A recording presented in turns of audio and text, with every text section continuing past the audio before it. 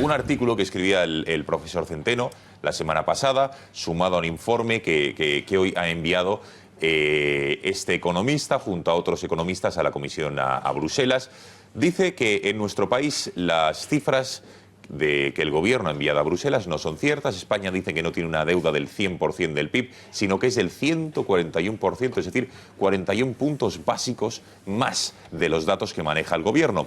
Dice que nuestro modelo productivo es directamente tercermundista, con lo cual asegura que con estos datos y algunos otros que el profesor Centeno nos contará en directo aquí en el Gat al Agua, tenemos garantizada una ruina económica por los próximos 50 años. Datos absolutamente preocupantes en los que también se asegura que España se acerca a la suspensión de pagos por la mayor burbuja de deuda histórica.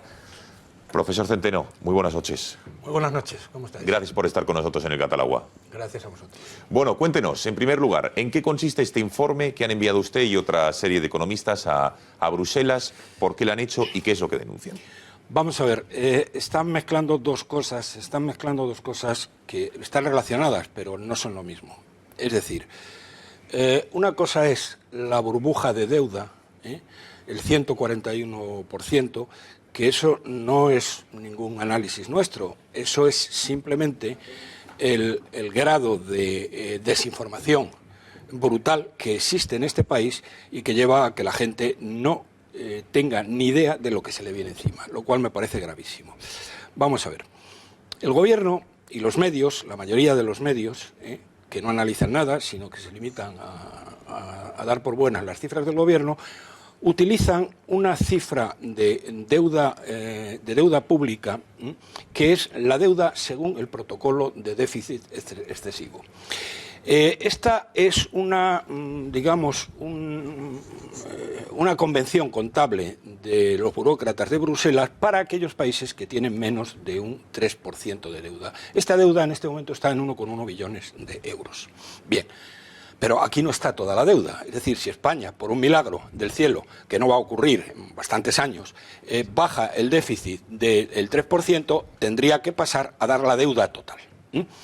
Y la deuda total no tiene nada que ver con el estudio que nosotros hemos enviado a Bruselas, que es otra historia. La deuda total la publica el Banco de España trimestralmente y bajo un concepto que se denomina pasivos en circulación. Y la deuda, la última cifra que ha dado el Banco de España, que es del tercer trimestre del año pasado, es de 1,56 billones. Es decir, estamos hablando que la deuda... Pero deuda total, pública, Roberto, pública. Pública, sí, la deuda de las administraciones públicas. Para ser más exacta, figuras así. Deuda de las administraciones públicas. Para ser más exacto, Estado, comunidades autónomas, seguridad social y ayuntamientos. Bien. Vamos a ver, entonces, estamos hablando de que la deuda total de España es mentira, que sea de 1,1 millones, que es lo que el gobierno dice, y dice, bueno, y entonces resulta que estamos en el 100% del PIB. No, señor, no está en el 100% del PIB.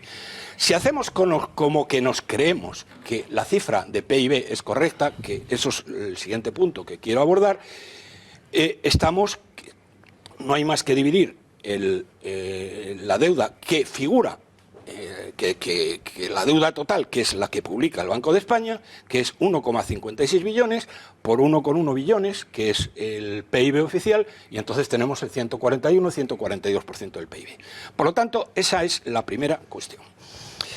La segunda cuestión, que es muy diferente. Por tanto, una situación... Bueno, pero más allá de datos, ¿esto qué implicaría? De ser cierto lo que usted dice, que es 141% la deuda pública en España del Producto Interior Bruto, esto equivale que vamos a estar endeudados el próximo medio siglo, que ya no directamente mis hijos, sino mis nietos y bisnietos, ¿no? Mire, si le parece, más que voy a tratar de explicar... ¿Esa deuda por español de cuánto es, señor Centeno, para que nos entiendan? Déjeme hacer una explicación un poco más didáctica, ¿no? Didáctica, eso es, que para que la gente se entienda. Eso es. Sí. Mire, cuando en los años 50 o en los años 60 en España nacía un niño o una niña, este niño o niña que nacíamos entonces no heredaban de sus padres deuda alguna. Y lo que heredaban, por el contrario, eran las mejores empresas de lo que hoy es el IBEX, que pertenecían al Estado, más de la mitad del sistema financiero. Esto es lo que heredaban. Heredaban también el cuarto mejor sistema público de enseñanza de Europa, un excelente sistema nacional de salud y un largo número de etcéteras. Pero es que hay otra cosa más importante que esto todavía, y es que teníamos la seguridad absoluta, los niños de aquella época, de que íbamos a vivir mejor que nuestros padres. Y nuestras posibilidades de encontrar un trabajo digno y bien remunerado eran máximas, porque apenas existía paro y el esfuerzo y el trabajo bien hechos eran siempre recompensados. Cuando yo terminé la carrera de ingeniero de minas, bueno, pues es que tenías 4 o 5 empleos estupendos que te estaban esperando. Bien, ¿qué es lo que ocurre? Lo que ocurre es que una España que durante los años 60 experimentó un crecimiento fulgurante que nos lleva a ser la 8ª potencia económica del mundo, fue literalmente aniquilada por la gigantesca plaga bíblica de la transición, que en palabras de mi maestro Antonio García Trevijano, me comentaba esta mañana, una transición que esto se lo voy a decir literalmente porque me parece muy importante que sepamos de qué estamos hablando y que llamemos al pan pan y al vino. A ver, vino. venga, díganos. Antonio García Trevijano, para aquellos que no lo conozcan, es el mejor pensador político del siglo XX español. Sus libros son los únicos de un pensador europeo moderno que están traducidos en la biblioteca del Congreso de los Estados Unidos. Bien. Trevijano define, que conoce perfectamente la transición porque fue un protagonista esencial de la misma, señala esto que los españoles deben conocer, porque esto es la historia y esto es la raíz de lo que tenemos ahora mismo, tanto desde el punto de vista económico, tanto desde el punto de vista social y tanto desde el punto de vista moral. La transición, según García Trevijano, y que yo, digamos, asumo al 100%, fue realizada, y es que esto es indiscutible, es que esto es así. Esto es historia. Fue realizada por traidores al general Franco, unidos a los traidores a la democracia, bajo la égida de un rey traidor a sus juramentos, traidor a su padre y traidor a su patria, para repartirse el botín del Estado y de las grandes empresas públicas bajo el pretexto de la reconciliación nacional. Se abandonó el proyecto pacífico de ruptura democrática y se adoptó el consenso de reparto de riquezas, honores y territorios, rompiendo España en 17 trozos contrarios a la realidad histórica y geográfica de una de las unidades nacionales más antiguas de Europa y del mundo. Bien, ¿qué es lo que pasa ahora? Después de que esto ocurrió, 40 años después, que un niño y una niña que nazcan hoy heredan una deuda de 34.000 euros, que es el 1,56 que he dicho antes, dividido por 46,4 millones de habitantes que somos más o menos ahora. Eso lo heredan las personas que nacen. Lo hereda cada persona que nace. Perdón. No, pero es que también, Centeno, déjeme hacer las preguntas porque, claro, si va aquí a hacer... O sea, el tema es que sea un poco más interactivo el asunto.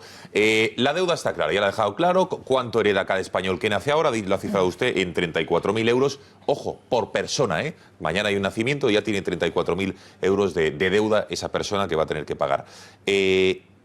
¿Por qué ese desplome súbito de los salarios que se está produciendo? Que es otro de los aspectos que usted reflexionaba. ¿Por qué en España se ha producido esa política laboral en la que creo que usted decía que...